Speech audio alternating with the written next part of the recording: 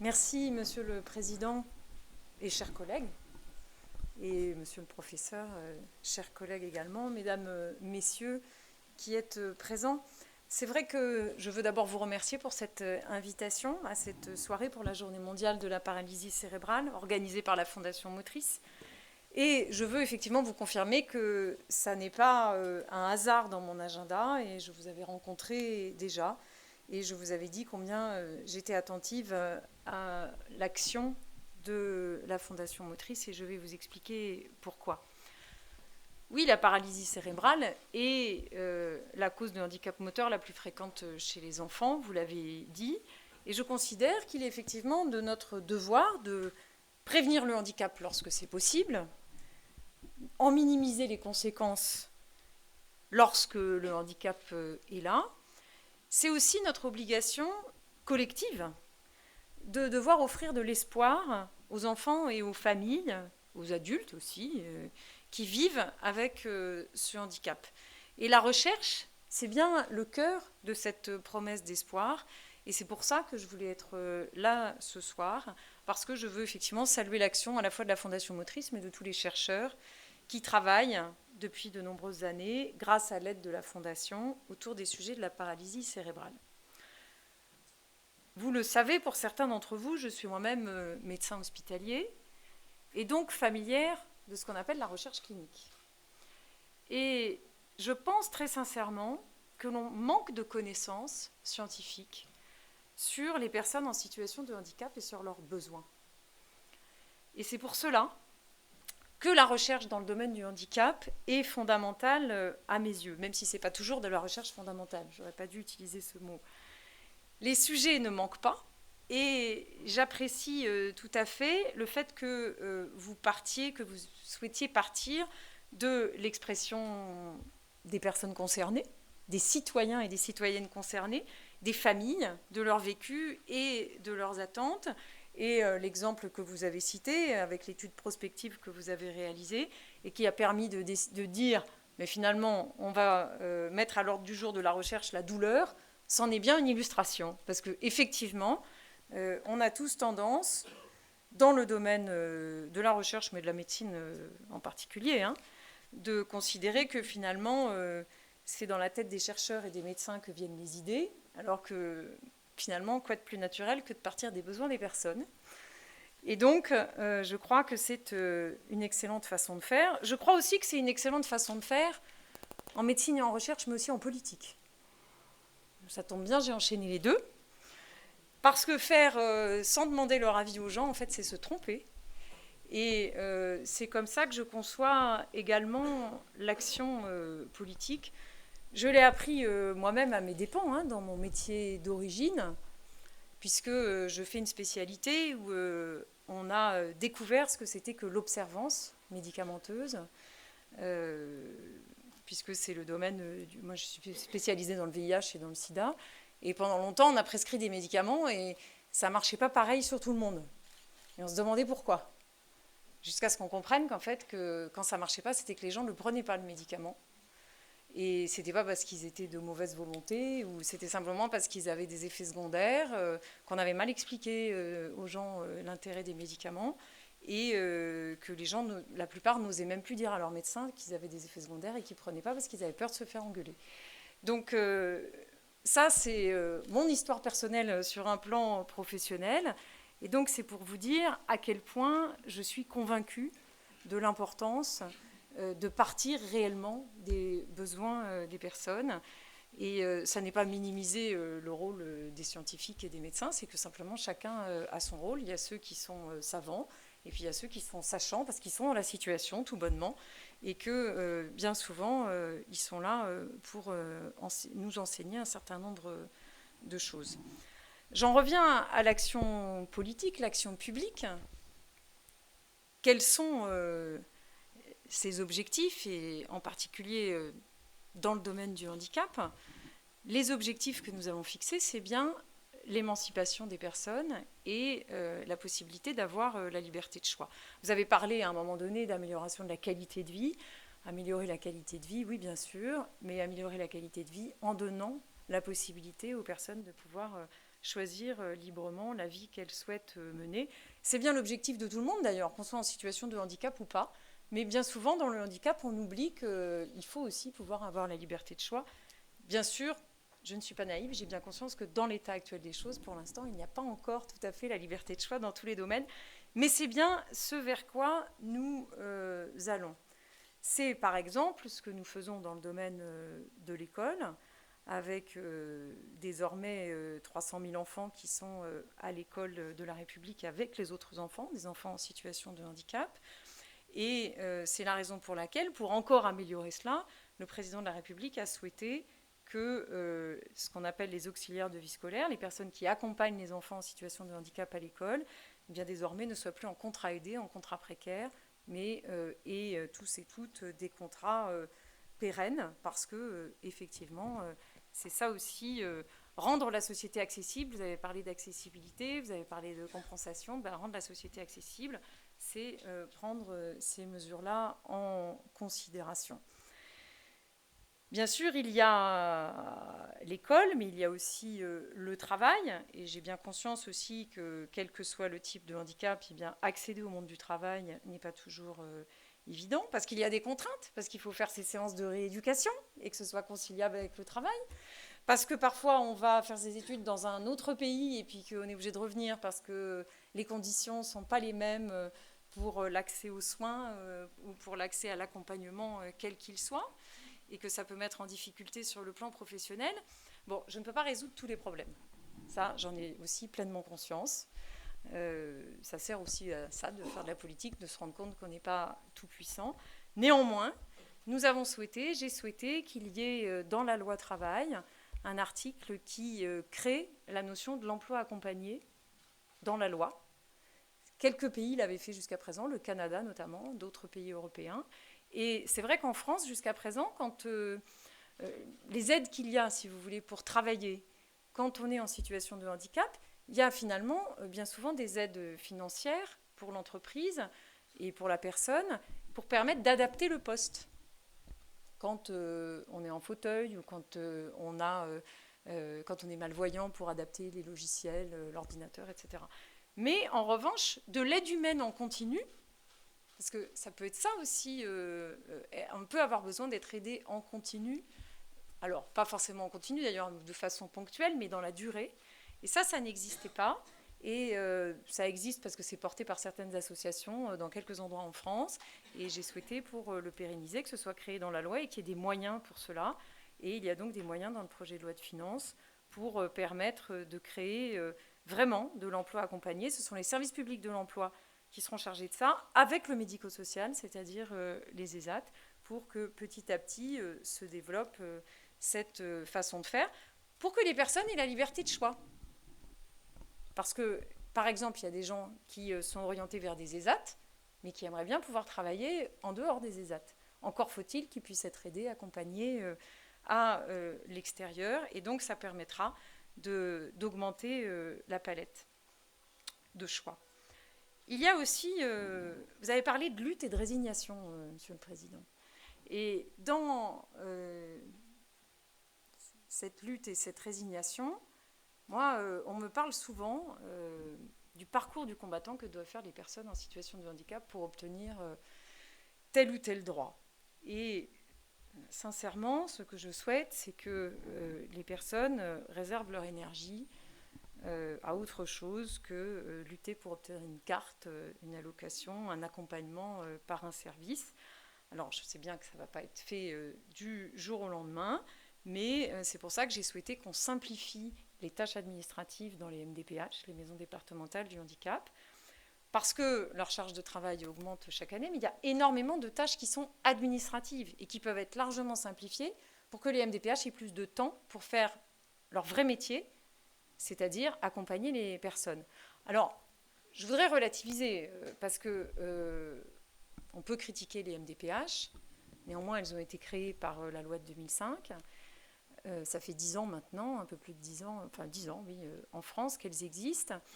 Et vous savez, j'étais il n'y a pas très longtemps à Berlin pour échanger avec mon homologue sur un certain nombre de sujets. Et on prend souvent l'Allemagne en exemple, vous avez remarqué, comme s'ils faisaient tout bien. Mais je n'étais pas peu fière quand mon homologue m'a expliqué qu'ils allaient faire bientôt une grande loi sur le handicap et que dans cette loi, ils allaient créer un guichet unique pour les personnes en situation de handicap. J'étais assez fière de dire que nous l'avions fait il y a 10 ans. Bien sûr, tout n'est pas parfait. Bien sûr, les MDPH, elles ont encore plein de choses à améliorer. Néanmoins, on constate que dans beaucoup de pays, il n'y a pas du tout ce type de réforme qui a été portée. Et je pense qu'on n'a pas à rougir de ce que nous faisons en France, même s'il y a évidemment plein d'imperfections.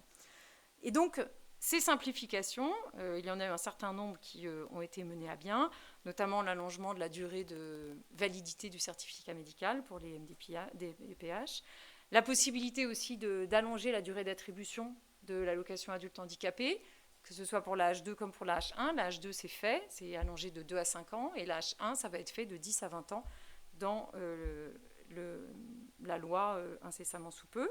Et puis, il y a aussi la carte mobilité inclusion. Je ne sais pas si vous savez, mais pour les personnes en situation de handicap, actuellement, vous avez 3 types de cartes qui sont toutes format papier et qui sont poinçonnées soigneusement par les personnels des MDPH avec une vieille machine, c'est pour ça que je fais le geste. Vous poinçonnez et vous accrochez la photo dessus. Et donc les personnes, elles peuvent avoir une carte de priorité, une carte de stationnement, une carte d'invalidité, une carte de stationnement, enfin c'est au choix. Et ce sont des cartes qui ne sont pas référencées, c'est-à-dire quand on la perd, c'est très compliqué de la faire refaire. Quand on se la fait piquer, c'est très compliqué pour les forces de l'ordre de savoir qu'en fait la personne n'est pas propriétaire de la carte. Enfin, vous voyez, il y a toute une série de choses qui sont embêtantes et ça prend énormément de temps pour se faire délivrer ces cartes. Donc, j'ai souhaité qu'on puisse simplifier tout cela. Désormais, ce sera l'imprimerie nationale qui fabriquera les cartes, parce qu'après tout, c'est son métier, plus que le métier des MDPH. Et donc, c'est toujours les MDPH, évidemment, qui attribueront les droits, mais il y aura une petite carte qui sera format carte bleue, qu'on pourra avoir en 2 exemplaires, une pour son pare-brise et une pour son portefeuille, qui sera à la fois stationnement et invalidité, ou stationnement et priorité selon les cas. Et tout ça, c'est à partir de janvier 2017. Les MDPH vont pouvoir donc être libérés de ce travail-là, et ce sera l'imprimerie nationale qui les feront. Quand on la perdra, ça sera beaucoup plus simple pour la refabriquer, et ça, il y aura également beaucoup moins de fraude. Ça paraît des petites choses, mais je peux vous dire qu'on m'avait parlé tellement de fois des cartes depuis que je suis arrivée à ce poste qu'il me semblait très important de faire quelque chose de ce point de vue-là. Je vous ai parlé de l'école, je vous ai parlé du travail, je veux aussi vous parler un petit peu du logement, parce que dans la question de la liberté de choix, il y a aussi la question du logement. Et bien souvent, quand on est en situation de handicap et quand on est un adulte avec paralysie cérébrale, on peut être limité dans ses choix pour un logement, parce que tout bonnement, on ne trouve pas de logement qui soit accessible à sa situation. Et je considère qu'il faut pouvoir avoir le choix de vivre chez soi. Et il y a depuis quelques années des formules d'habitat partagé qui se développent, où les résidents, en fait, les habitants mettent en commun des services. Et je suis en train de travailler avec la ministre du Logement pour lever, d'une part, les derniers obstacles juridiques qui pourraient subsister, ou économiques, au développement de ces formes de logement accompagnés. Et une convention sera prochainement conclue entre l'État et l'Union sociale pour l'habitat pour le développement de l'offre de logement accompagné dans le parc social, tout du moins. Et pour ce qui est du parc privé, je vous dis, on lève les derniers obstacles juridiques et économiques. Il y a toute la question de l'accès aux soins, et vous en avez parlé également, parce que j'y suis évidemment très sensible, l'accès aux soins des personnes en situation de handicap, parce qu'il faut reconnaître qu'en France, les personnes en situation de handicap ont moins facilement accès aux soins de façon courante, en fait, que le reste de la population, pour toute une série de raisons. Il y a des consultations qui ne sont pas accessibles au fauteuil, il faut voir les choses en face. Il y a des examens complémentaires qui ne sont pas accessibles. Par exemple, les mammographies pour les femmes, quand on est en fauteuil, ce n'est pas possible. Donc, vous voyez, il y a... Et puis, des tables d'examen aussi qui ne sont pas forcément accessibles. Des médecins qui ne sont pas formés. Ça, je pense que les uns et les autres le savent, sauf si on est spécialisé dans le domaine du handicap. Donc, nous travaillons à la fois sur la formation des professionnels de santé, mais aussi Il faut reconnaître que la charte Romain-Jacob apporte beaucoup, vous devez la connaître, je pense, et elle fait partie des outils à disposition pour les établissements de santé qui souhaitent s'engager dans l'accès aux soins des personnes en situation de handicap. J'ai noté que vous évoquiez le manque de professionnels dans, je pense, des kinés du coup, dans les établissements médico-sociaux. Je suis tout à fait prête à l'entendre. Il y avait une particularité jusqu'à présent quand même dans les établissements médico-sociaux pour personnes handicapées dans le pays, c'est qu'il n'y avait pas vraiment de système de tarification. C'est-à-dire que jusqu'à présent, tout ce que vous voulez, comme que ce soit les IME, les femmes, les MAS, les foyers d'hébergement, enfin tout, il n'y a pas de système de tarification. Il y a des discussions entre financeurs et gestionnaires d'établissements pour savoir à combien on fixe le prix, la dotation. J'ai donc souhaité qu'il y ait une réforme de la tarification qui a été engagée déjà il y a 2 ans et demi et qui aboutira dans un certain temps. Je ne serai plus à ce poste-là, mais elle aboutira. Et cette réforme, elle sert à quoi? Elle sert à ce que la tarification des établissements parte des besoins effectifs des personnes qui sont dans ces établissements. Donc il y a déjà eu un référentiel de tous les besoins, que ce soit les besoins en termes de soins ou les besoins aussi en termes de loisirs, de sport notamment. Et parce que je fais partie de celles et ceux qui défendent la pratique du sport pour tous, et donc aussi pour les personnes en situation de handicap, quelle que soit la discipline exercée, parce que je crois que toutes les disciplines, il faut pouvoir choisir la discipline qui est adaptée à son type de handicap. Et donc, cette réforme de la tarification, elle va permettre justement qu'il y ait que les financeurs, que sont l'assurance maladie et les départements, permettent de financer en fonction des besoins des personnes et des prestations qui sont en face, ce qui n'était pas fait jusqu'à présent. Je sais bien que ça paraît bizarre, mais jusqu'à présent, donc les tarifs n'étaient absolument pas liés ni aux besoins des personnes, ni aux prestations qui sont effectivement effectuées dans les établissements. Donc vous voyez, ça paraît un tout petit truc. Vous avez quelqu'un qui dit, bah oui, il n'y a pas assez de kinés dans les établissements.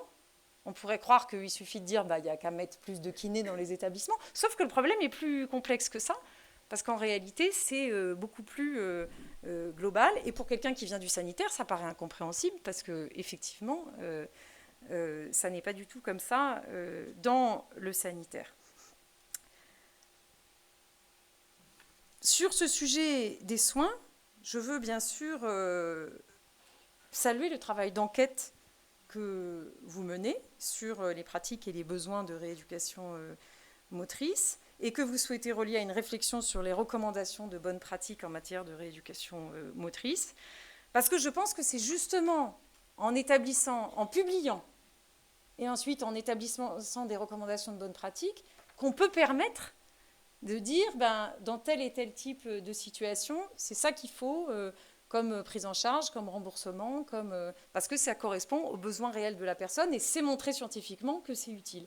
Et donc, c'est aussi pour ça que je souhaitais être là, pour vous le dire en direct, parce que la meilleure façon d'orienter les politiques publiques, c'est 1, de partir des besoins réels des personnes, et 2, de montrer scientifiquement que telle ou telle chose est utile en fonction des besoins des personnes. Donc, votre démarche me paraît absolument exemplaire dans ce sens-là, et je ferai tout ce qui est dans mon pouvoir pour vous aider dans cette démarche-là, parce que je crois effectivement que c'est une bonne chose. Je crois comme vous que ce qu'on appelle les dépenses sociales ou les dépenses de santé parfois, enfin sociales ou au sens large, ne sont pas des dépenses mais sont un investissement. Parce qu'effectivement, quand j'entends un témoignage comme tout à l'heure où une jeune femme nous dit que c'est grâce à ces séances de rééducation plusieurs fois par semaine qu'elle peut exercer son métier à temps plein, eh bien oui, c'est un investissement. C'est un investissement humain, parce que c'est inestimable, effectivement, de pouvoir, grâce à ces séances de rééducation, pouvoir travailler comme on le souhaite, en fait. Ce n'est pas une obligation non plus, mais pouvoir mener la vie que l'on a choisie. Et donc, je pense que tous ces travaux que vous faites sont absolument indispensables. Vous avez parlé, vous avez évoqué la possibilité de PHRC, de financement par la CNSA. Bien sûr que tout ça est possible. c'est pas moi qui décide, qui sélectionne les PHRC. Hein. Vous savez, ce sont les chercheurs eux-mêmes, les professeurs eux-mêmes. Mais je crois, bien entendu, qu'il faut continuer à faire des coopérations entre le sanitaire et le médico-social, parce que c'est aussi un des autres défauts qu'il peut y avoir dans notre système en France, c'est qu'il y a peu de coopération entre le sanitaire et le médico-social. Et c'est pour ça que vous m'avez séduite, je le dis franchement, hein, quand je vous ai rencontré. C'est parce que dans le domaine du handicap, il n'y a pas beaucoup ces liens entre sanitaire et médico-social. Et vous en êtes un très bon exemple.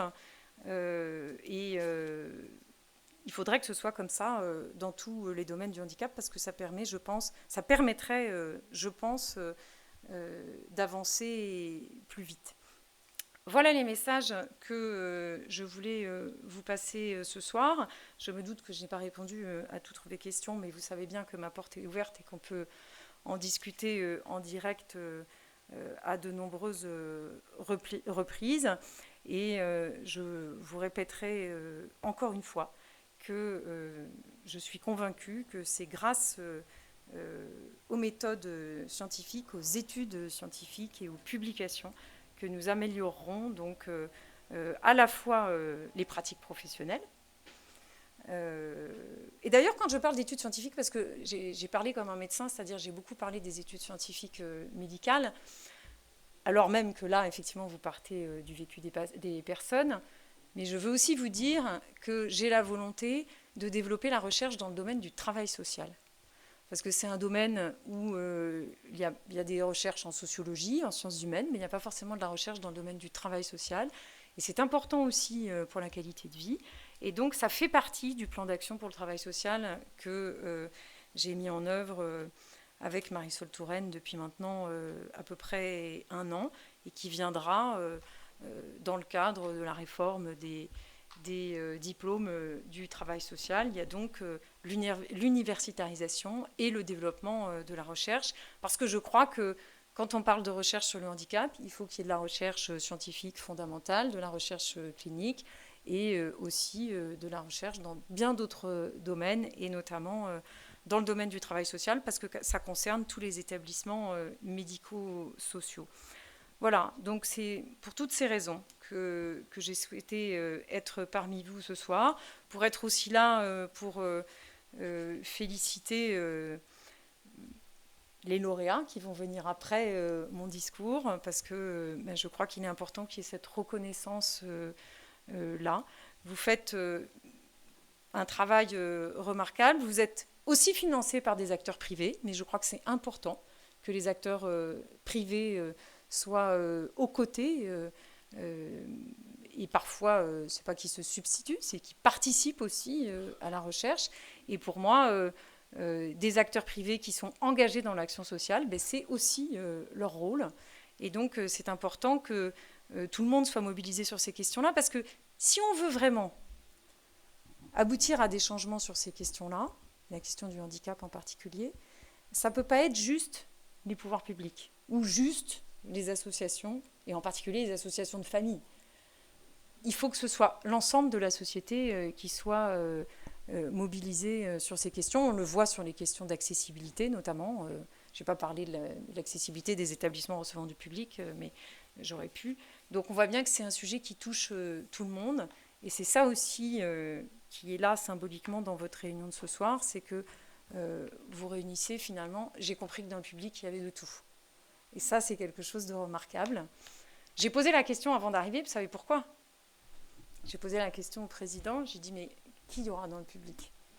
Je pose cette question parce que j'aime bien savoir si je dois parler le langage médico-social, le langage médical, le langage technocratique, le langage, le français courant, ou le facile à lire et à comprendre.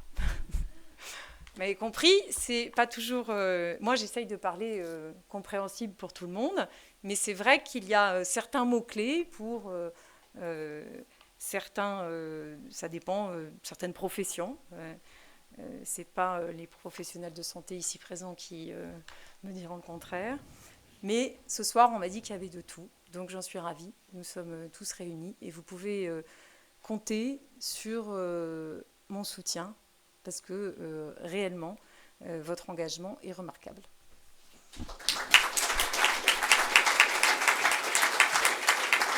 Merci beaucoup, Madame la Ministre. Merci beaucoup. Et voilà, on a entendu ce que vous aviez à nous dire et on sera heureux de revenir vous voir pour continuer ce dialogue. Juste, je voulais dire une petite chose parce que c'est important. Aujourd'hui, c'est la journée mondiale de la paralysie cérébrale. Alors, il faut savoir qu'il y a cet événement aujourd'hui qui compte, mais il y a des associations à Paris, il y a des associations à Reims, il y a des associations à Annecy, il y a des associations à Bordeaux, il y a des associations à Saint-Brieuc. Et il y a un projet mené par un des membres de notre conseil scientifique en Bretagne occidentale, comme il dit, donc à Brest, où il organise l'activité physique pour tous et créer le lien entre les personnes en situation de handicap et celles qui ne sont pas en situation de handicap et qui ont besoin aussi de faire de l'activité physique. Donc voilà, on essaye de faire des choses ensemble. Voilà, donc je repasse la parole à Diana Paola pour la suite.